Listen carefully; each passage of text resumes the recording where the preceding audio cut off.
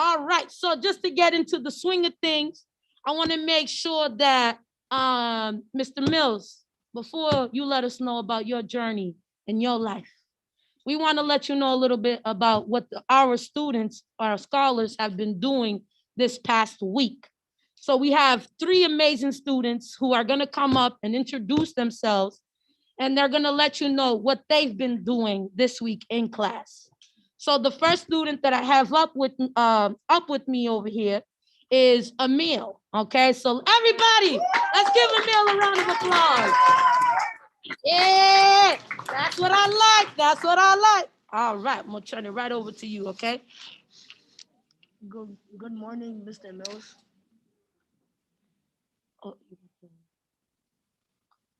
Um, so my name is Emil Mendez. I go to the King School and I'm going to 8th grade. And at 3Point, our weekly value is self-respect.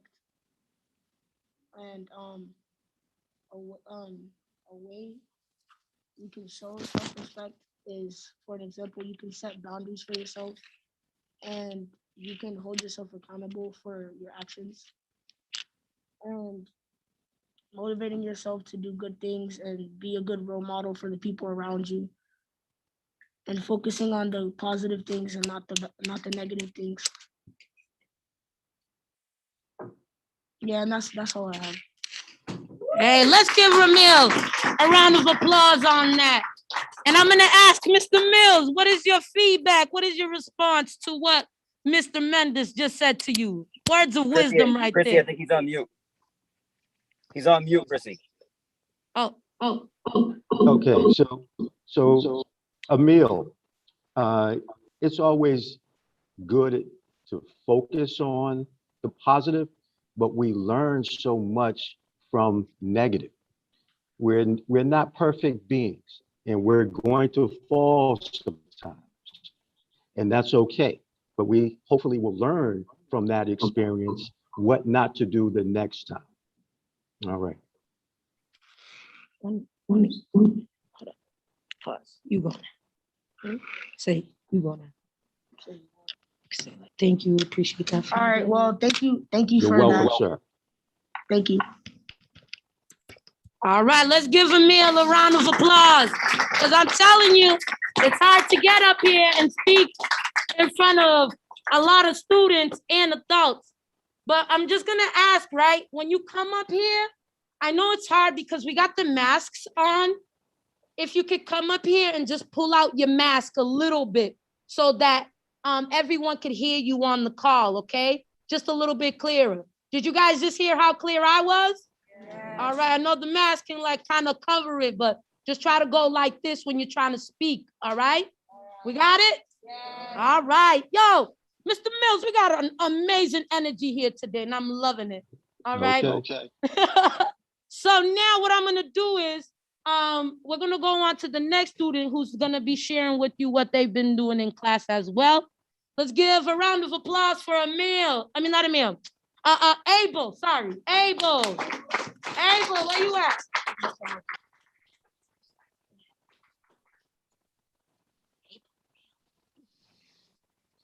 Hello, Mr. Good morning, sir. Just a little bit louder. My name is Abel, and I'm going into the 6th grade at Wellesley Middle School, and I like Pokemon.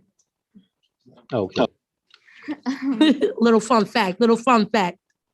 So in class, me and my team have been working on a project.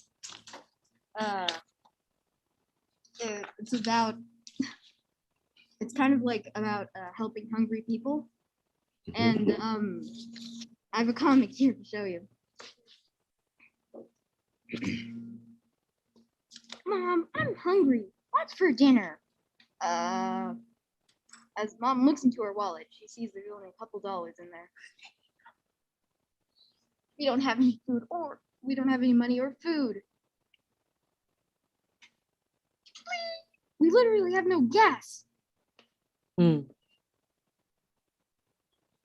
As Mom's old car shudders to a stop, they realize they stopped next to this weird looking fridge. There are instructions on the side of the fridge. put in code to open fridge for hungry people only. She puts in the code. Flip, flip, twist, twist.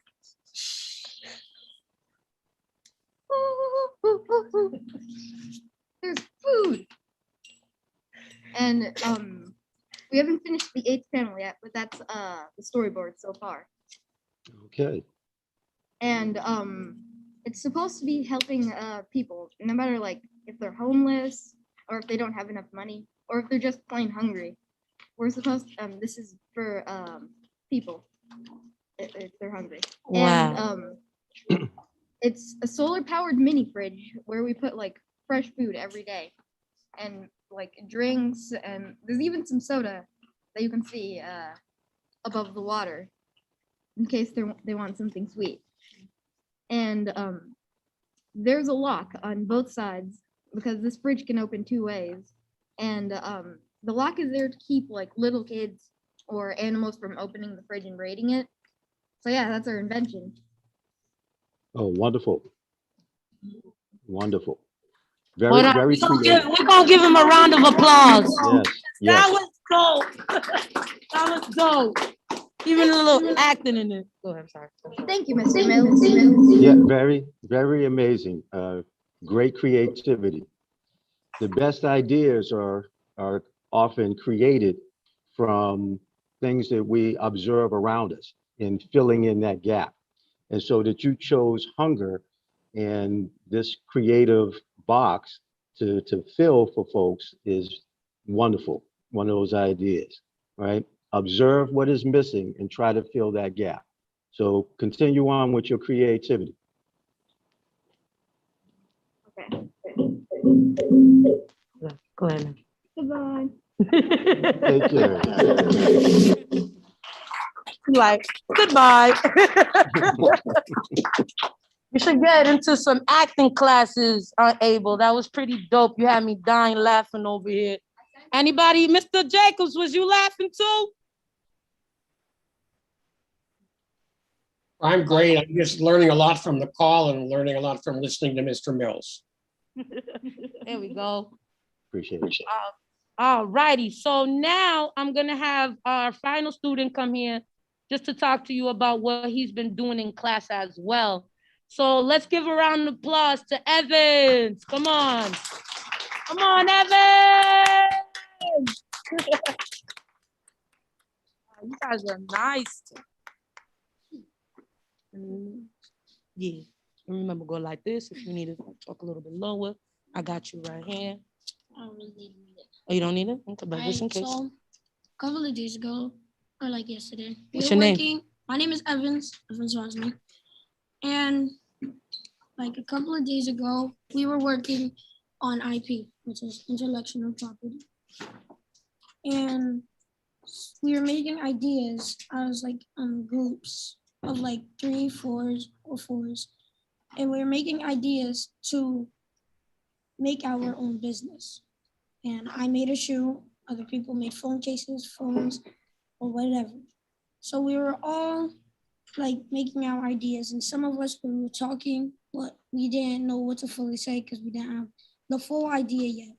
So like we fixed it up and we watched a video and learned about it, and we learned that intellectual property means like something that belongs to a specific person or a specific company.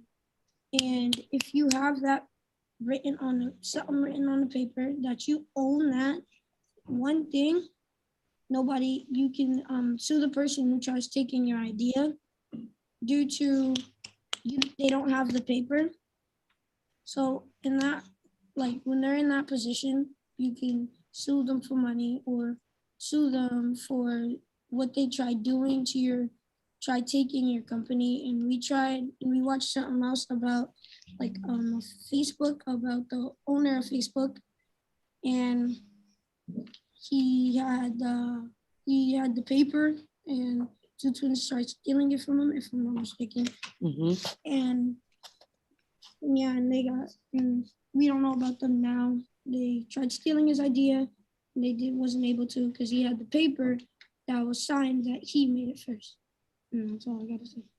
Okay, come on, let's Okay, give that was Evans a wonderful. round of applause. All right. Well, Evans, I appreciate that you're a Hey, dreamer, come right? on, let's All give great ideas start. Most, you're a dreamer, and I appreciate that, like, you have this imagination already to create something and build something.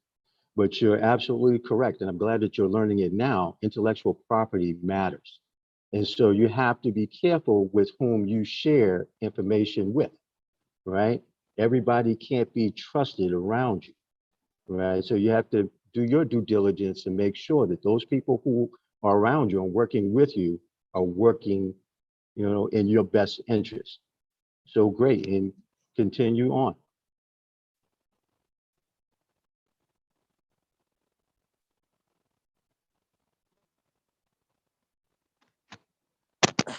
Thank you for listening to my idea and what I said. Okay.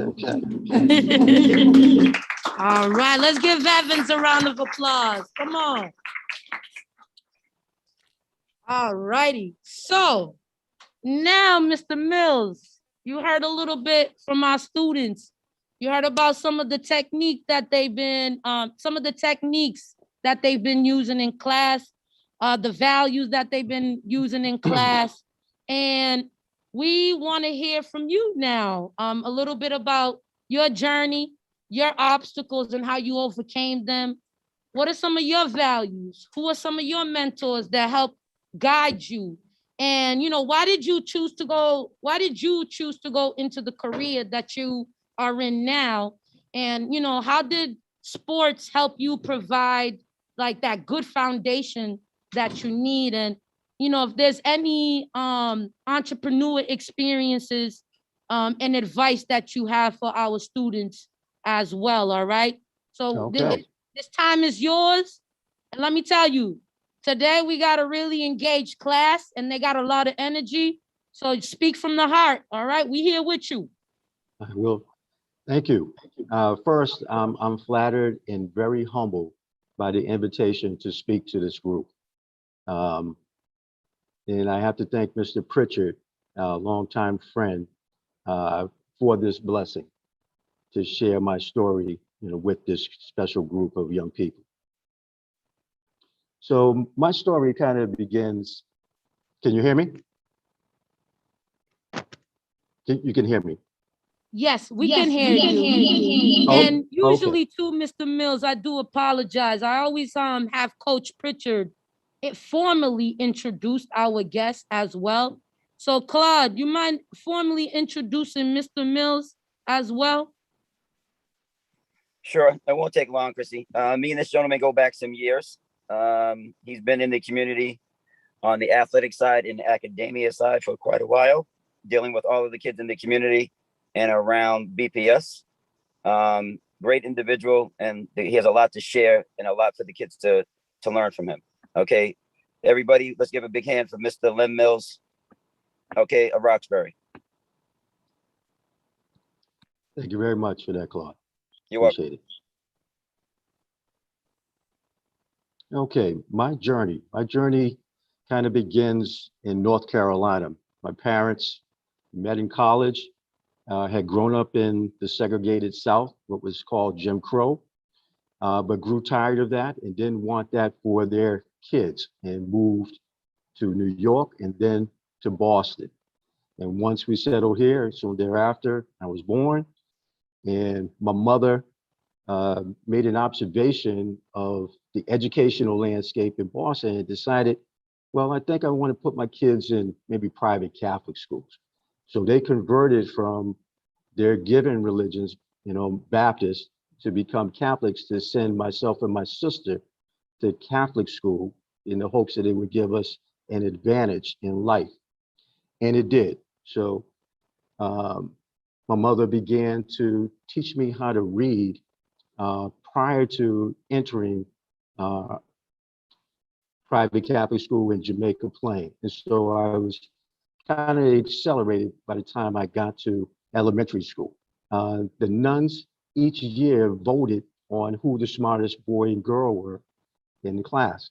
Out of 8 years in this particular school, I was voted the smartest boy 6 times. I graduated as valedictorian. During those years, I participated in the Elmer Lewis Fine Arts School, which helped me with sports because I took ballet and dance, so it helped my coordination quite a bit in my my quickness and my agility to participate in sports later. I also learned how to play the saxophone, perform in front of crowds. It was awesome. As I got to be around age 9 or 10, I wanted to begin playing and participating in formal sports. And my father being my hero, my parents being my first mentors, my father was an athlete of repute in the community. I have seen nobody like him. He's a legend in Washington Park for his stellar play as a softball player, but he also played Park League football, played Park League basketball as well. So sports was a natural for me to go into. I played Pop Warner football down in Washington Park for what was called the Vikings out of the Roxbury YMCA. Mr. Jim and my father were coaches. And I was kind of too small at that time. At that time, the age groups, it was just age groups. It didn't go by weight. So I participated as a 9-year-old with 11 and 12-year-olds, and they were much bigger. But it taught me how to persevere and overcome, right? So even though I was getting beat up and physically like hurt sometimes, my father taught me through watching him that in competing, you never give up and you always try to learn and overcome. And that's what I did. I took that lesson with me till age 11, and then the community centers opened at that time. And I was an original member of the Holland School basketball team. Again, you know, I was 11, probably playing with the 13-year-olds. And great experience competing against the various community centers. I used basketball at that time kind of like as my passport. Baseball was my first love, especially since my father was so great at it, following in his footsteps. But then around that same time, when I turned 11, the Boston Shootout basketball tournament began. And the enthusiasm that I gleaned from that experience, I dropped my bat and picked up a ball. And I've become a basketball fanatic since then. After middle school, I got a scholarship to a private Catholic school in Westwood, Zavarian Brothers. During the time that I was going to attend high school, busing was the rage in the city. And I thought to extract myself from what was happening in the city by placing myself in the suburbs among kids I believed were like-minded, you know, academically focused, not really into the racial stuff that was happening in the city. But that wasn't the case. So there were 800 students in this school. And by the time I graduated, I was the only person of color in the school. It was very daunting. Many times I wanted to transfer and leave, but it taught me a very important lesson to learn to treat people on an individual basis and not to paint a broad brush over everybody who may not have been as sincere as they should have been. From high school, I went 2 years to prestigious university in Washington, D.C., Georgetown, at a very pivotal time. The years that I was there were the first years of the Big East Conference. And for those who you don't know, the Big East Conference was the basketball conference, you know, in America, and was awesome. to be able to sit there and watch and sometimes play pickup, with those guys at Georgetown and some great teams. I left there and transferred to North Carolina A&T, where my parents met and attended and graduated school. And it was sort of like a homecoming. It was nothing like attending an HBCU for me. And I subsequently, influenced my daughter to attend an HBCU. She just recently graduated from Spelman College. Wonderful experience. I had family there, both as faculty and as students. It was very welcoming and emboldened me with a sense of pride in being a Black man. I then returned home. I worked for a bit at John Hancock as a claims adjuster. But my aunt, Pat May Wilson, Coach Willie May's mother, provided me with an opportunity to work in the Boston public school system. And she saw something in me that I didn't see or foresee, and that I would take to working with young people. And that experience emboldened me to go ahead and complete my degree finally at Cambridge College. And I worked in various capacities as a teacher in a classroom, as a dean of discipline, as a community field coordinator for the Strive program, working with kids who are disabled physically and mentally. I worked on the elementary, middle school, and high school levels. But through all of those experiences, kids seemed to be drawn to me for counseling. And it hit me that, both my parents, my father was a probation officer, my mother was a social worker, longtime social worker, that I had, subconsciously, this was probably my path. And then to buffer my income, I began working in community centers. I worked at the Hennigan Community Center, working mostly with population from Bromley Heath projects. And there I met a gentleman by the name of Bob Platt, who Mr. Pritchard knows very well. And with Bob looked at his job as more than just somebody who ran a gym. He cared deeply about the kids.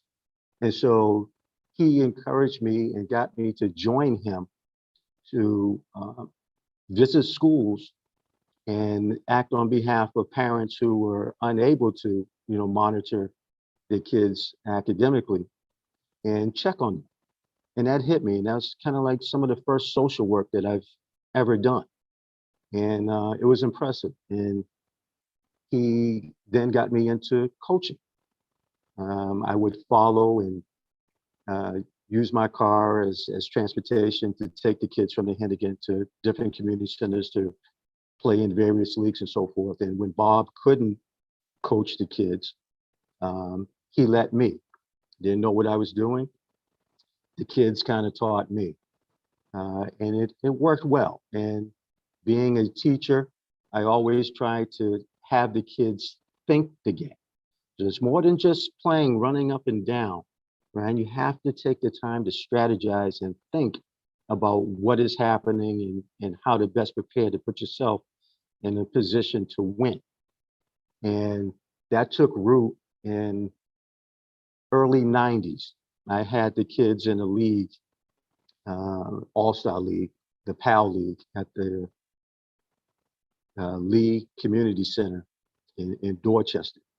And right before I was going on vacation, we had won a pivotal game against a team from Columbia Point. So we made the championship to face Mission and best 2 out of 3. But I was going on vacation to Bermuda.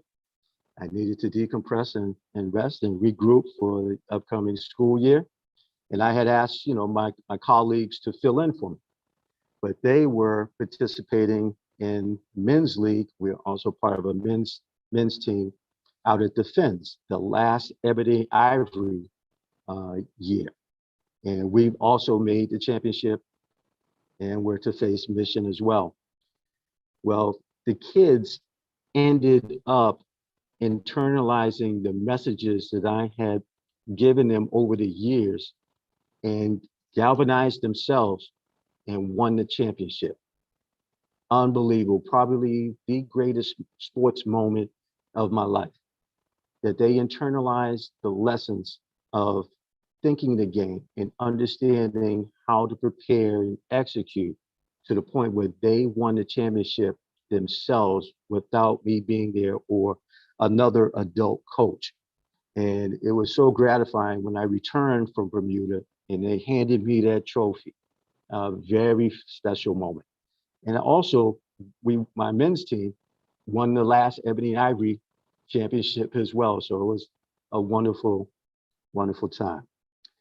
During my stint at Brighton High, late 90s, early 2000s, I began to coach boys basketball on the high school level. And I thought I knew a lot about coaching until I met a gentleman named Paul Mahoney. And Paul was a coaching guru. And so everything that I thought I knew, he tossed out the window and began to teach me really the X's and O's of how to coach properly, how to run and manage a practice, right? How to relate to your players, certain situations, right? I really learned a lot from him. And then I left the system for a while, and I was fortunate to work with Mr. Pritchard for ABCD summer basketball camp one year. And that was an introduction to ABCD's Vice President, Michael Vance, who was another mentor of mine. And I asked Mike for a job. And Mike did. He placed me first at Jamaica Plain. And when an opening for a directorship came up in the South End, he placed me like he said he would. The young lady that I was replacing was going out on a maternity leave.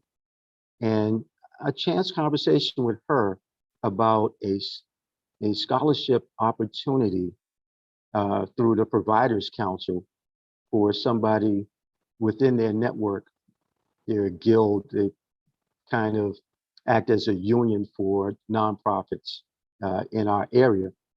And they offered a scholarship to Simmons Graduate School of Social Work. Well, you had to write an essay, and I believe my essay was compelling enough that I became a finalist. So in the panel interview, I interviewed fairly well, and they said that they would let me know if I was selected in a day or two. By the time I left them and returned to my office in Elm Hill, I received a call that I had won the scholarship, a full scholarship, $60,000. So I didn't have to pay for my master's degree. It was wonderful, right? But being prepared, right, mattered, right? Being prepared mattered. How I presented myself mattered, right? So I'm a kid from Four Corners. I grew up in Dorchester and Roxbury, but I understood through my father's modeling how to present yourself, right? So wearing certain clothes, speaking a certain way, carrying yourself a certain way matters, right? So I want you to remember, look at every day as an audition, because you never know who you're going to come in contact with who may want to extend an opportunity to you, right? To do something special, right? But we have to be prepared for those moments. So character matters, right? Education, being intelligent matters, right? Your dress, your speech matters, right? So after finishing that, I came back to the school system to work as a clinical therapist, which I still am, at TechBoston Academy, working with the PATH program, designed to provide support to students who found it challenging to be in school because of various emotional obstacles. And it's been rewarding, to see kids. I had one student who his response to trauma was to not speak. So he didn't speak. By the time I worked with him for 5 years, by the time he graduated, he was making presentations. He's now, he just completed his second year of community college, just wonderful, right? But it took patience and perseverance and persistence, right, to get him to that point, right? And I'm very gratified. I do this and I love what I do because I care for my community and my kids. I look at it not as a job, as my responsibility to uplift my community, right? So every day I go to work for the kids. I don't work for me. I go to work for the kids, for all of you, right? And your parents, right? In any way that I can help to improve your life, I will. I'm dedicated to that, right? I value, academics. I value character. I value family, right? These things matter, right? I value community. And I want to see, a community that returns to what I grew up and Mr. Pritchard grew up, where you could kind of walk around safely, right? I used sports as a kid as a passport to go to different neighborhoods.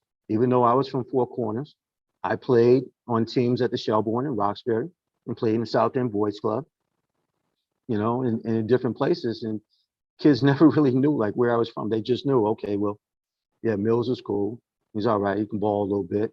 All right, we'll give him a pass. So I used basketball, right, as my passport. And I always wanted to excel, always wanted to lead, right? My father was always off to say, leaders lead from the front. And that's what I've always wanted to do. So that's my story. That's my journey. Wow. Can we come on, we got a round of applause going on right now. Lastly, I'm Listen, sorry. like, his story is your story too, all right? Come on, this is somebody who's giving you words of wisdom, all right? And that was really deep for him to share his journey with you all, and his obstacles, and his mentors, and his values, and how he got to where he is now. He don't do it for the money, he do it for the kids. Y'all heard what he said? Did y'all hear what he said? All right, I hope you heard them right there. And honestly, Mr. Mills, I thank you. I was listening. So what I'm let me gonna add this do is, one right, thing, because you I have some talked about students.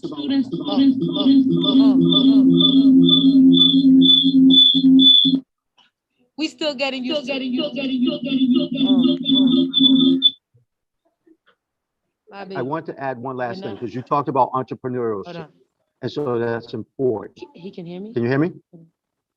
I can hear you. Oh, you can hear? Okay, perfect. Sorry about that. I wanted to add one last thing. Okay, go. So, Hold on. I'm gonna put you on the speaker. Hold up. We gotta go back to the speaker. Okay. So some years ago, I was afforded an opportunity to work as a in-home behavioral therapist, meaning going to homes, working with families in strife, and trying to help them manage better than they were. And it led me to create a nonprofit of my own called Boston Partners in Mentoring. And we secured contracts with the Department of Children and Families and through the Mass Health Connector, right, to provide home-based clinical services to folks in our community and throughout greater Boston. So I took my passion and I fueled it into a business enterprise. So I want the young people to keep dreaming, right? Keep dreaming and use your passions, right? And try to funnel that into a business idea. And I was blessed to be able to do that, and it still continues. Did y'all hear what he said? Yes. You always push forward to get to your dreams, and don't let anybody tell you you can't do something. All right? All right. So what I'm going to do is I have some students, like I said, that have questions for you. They're really deep. Sure. So I hope you're ready for these questions, Mr. Mills.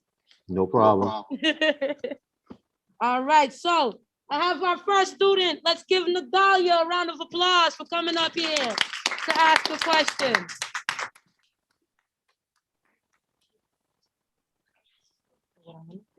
You're gonna say then. Oh, she's gonna come forward. Mhm. You got it. Don't be shy. You got it. She's a little shy, but she's still good. She got a little Okay. surprise for you too, Mr. Mills. Be ready. Be ready. All right. Oh, Oh, I can hold it for you. Okay. Remember. Go like this. Remember. My name's Natalia. I'm going into the 7th grade. We work at an amazing school. I go to Tech Boston. My question is, how do you maintain Okay. mental health and healthy relationships when facing a society infused with inequity, racism, sexism, and other forms of discrimination? Oh, that, Okay, so hold you on. ready? Okay. Wait, why is it not working? Hold on. I don't know. You.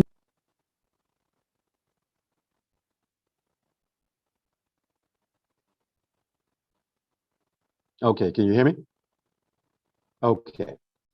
So relative to that question, that's a great question, Talia, is I take the time, and I have for many years, to what's called decompress and relax.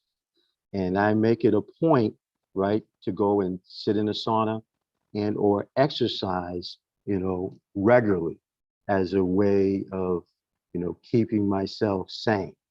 And during that time, often I take the time to just sit with thought, right? My mother used to have an activity uh, that she put me in called napping. And when I came home from school, which was around the time for some of the older folks will remember soap operas, she didn't want interference during that time. So she forced me to take naps. Many times I wasn't tired, and I just learned to sit with thought. And so I learned how to manage my emotional and mental health such that I'm not overstressed at any time. So that's part of what I do. I read, travel, those things too. I try to enjoy the things, right, that I like and prioritize them, right? Because we can't easily become overwhelmed by the world. So I'm not on social media. I don't really read the newspaper, and I don't really watch the news, right? So I regulate myself and cut myself off from those things so that I can remain sane. But you don't need, one of the things I want to impress upon you, like, please take time for self. You have to value yourself. That means that you don't have to have an activity or to do something all of the time. You don't have to fill up time, right? You don't have to be doing something all of the time. Lots of nothing is good, right? That's how I've been able to keep sane and manage the things that you talked about.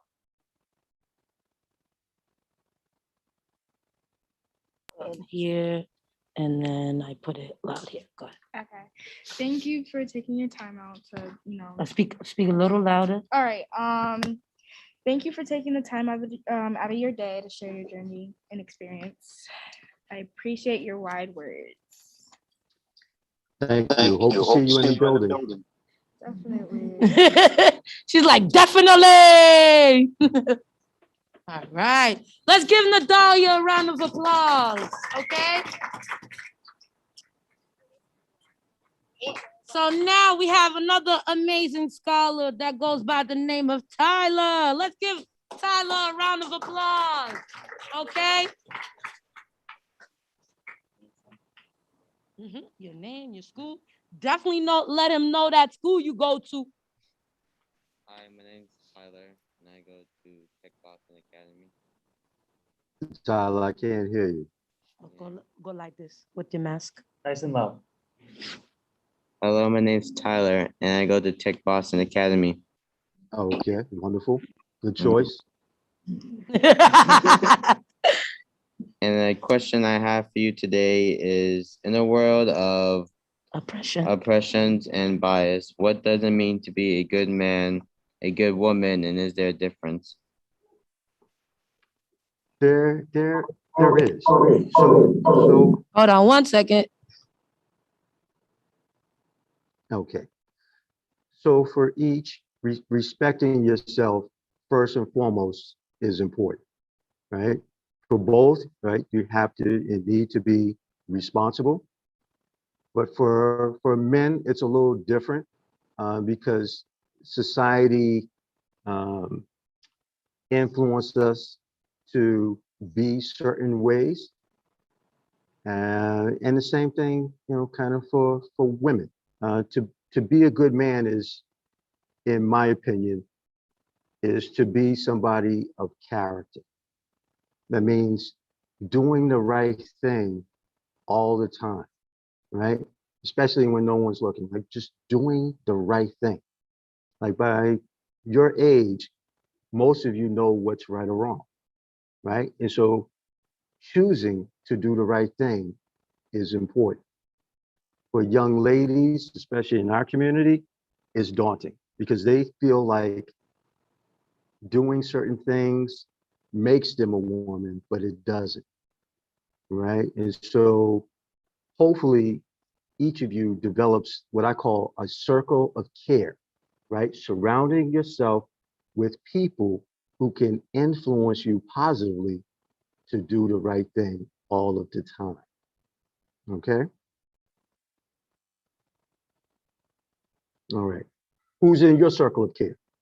You and we're gonna put it high on here and then so he can see you. Go ahead. Yeah, I hear Okay. Okay. Who's in your circle of care? you. My circle of care, Yeah, who supports Tyler's positive vision of himself? my family. There you go. There you go. Keep that circle small. Everybody doesn't need to be in it, right? Always Okay. remember, like all right, all right. What do we say? What do we say? Thank you. All Okay. right, we got a thank you from Tyler. Let's give him a Well, round of hope to see you in the applause. building too. A round of applause there. And just to do a time check, we do have 8 minutes left until our call is done. But I want to make sure, is there anything that Officer Canuto or Mr. Mentos or even Mr. Jacobs wanted to ask Mr. Mills as well?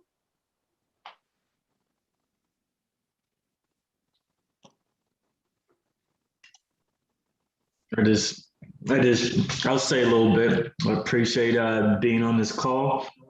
Mr. Mills, I appreciate all that you shared.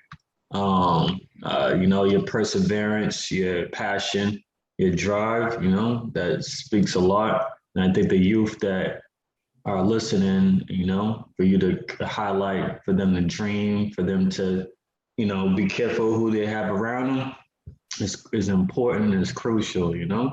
So I was glad to see the presentations. Emil, I seen Emil, one of the students at the King, I seen him do his thing.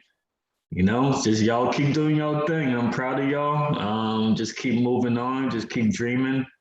Dreams comes true. So just keep thriving and do your thing. So I'm just proud of each of y'all and I'm blessed to be here. Hey, Thank Coach. you for those comments, sir. Yeah. Thank you. Thank you, Mr. Mentos. We appreciate you. And we definitely got a lot of King students here, so Yes. don't worry. Appreciate your But don't energy. worry, we also got TBA in here in the building. Oh, yeah? All right. I do want to ask Mr. Mills as well. Do you have any questions for our 3-point scholars? I guess how do they emotionally regulate? So I always worry about our young people in, right, what I call the fatigue of just daily living, right? What we call vicarious trauma that they live with every day, right? Trauma that's not physical, not necessarily seen, it's observed and felt all of the time, just moving within our community. And how are they able to manage that in positive ways? Just being. Did you guys hear what he said?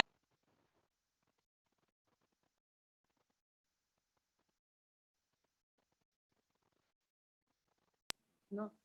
How do you regulate your emotions? When something's going on and you have things coming from every side, it's like, yo, what do you do to get back into who you are? What's in Center your yourself, yes. No, continue. We got to make sure we act over here too. So what do we got? How do we regulate? Chris Mel. Taking a mental break or talking to someone you trust. Yes. I'm just gonna go this way. Perfect. Nehemiah.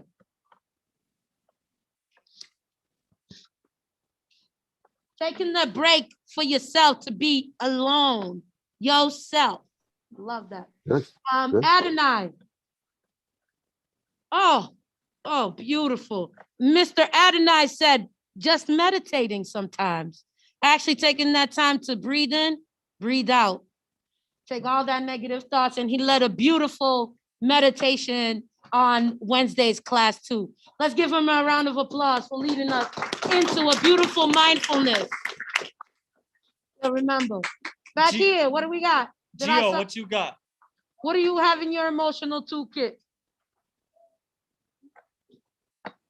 Huh? You got something. I'm coming right back to you. You better get one on that. Mr. Emil got one. How do you regulate your emotions? Just like taking time and being alone to do things that you like to do. Okay. So you can calm yourself down. I love that. Basically, also doing the things that you love to do. And even if it goes down, writing a song, rapping a song, drawing it out. Oh, wow. Gio got his hands up. What you do?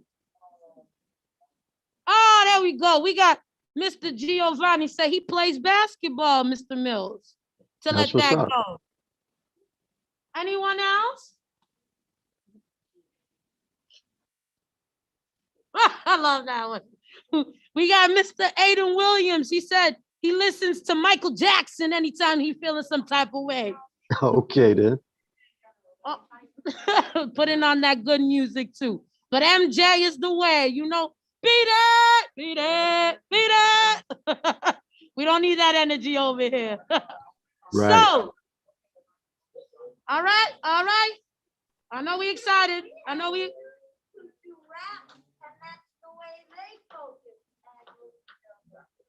We also have a lot of students that have been rapping during technology as well. So hopefully Okay. you get to hear some of their raps as well. Okay.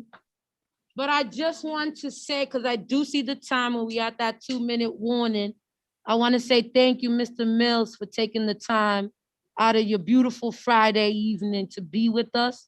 I should say Friday morning. And honestly, a lot of wise words and a lot of things that we will make sure that our students, I make sure I say again to our students in class.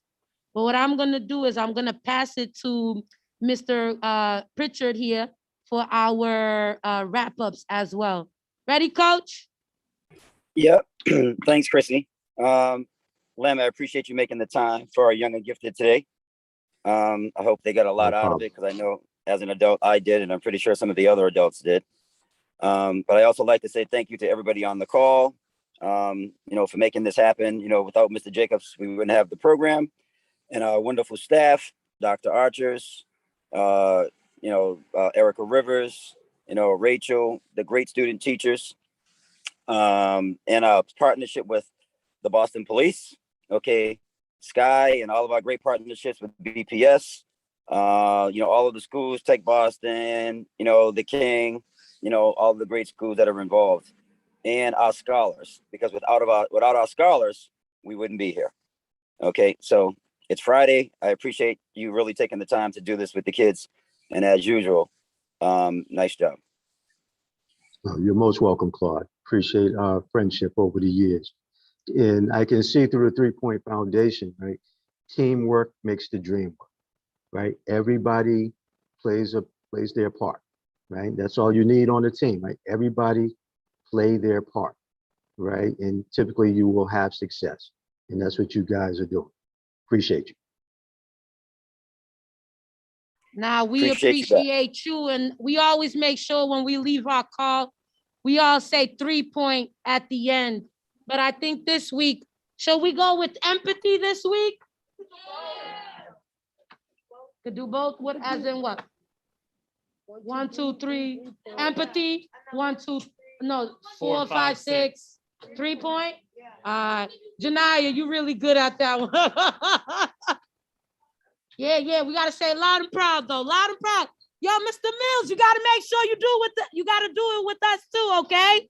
No problem. Okay, So hold we're on. doing Hold on. All right. Are we ready? Yeah. All right, Coach Shania, hit it from the top.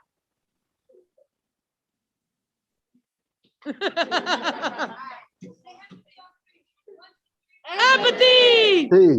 3-Point. 3-Point. Yeah. All right. That's how we do. That's how we exit all the time. With a value Okay. and 3-Point. Bang. That's right. That's right. All right. So everyone enjoy your evening.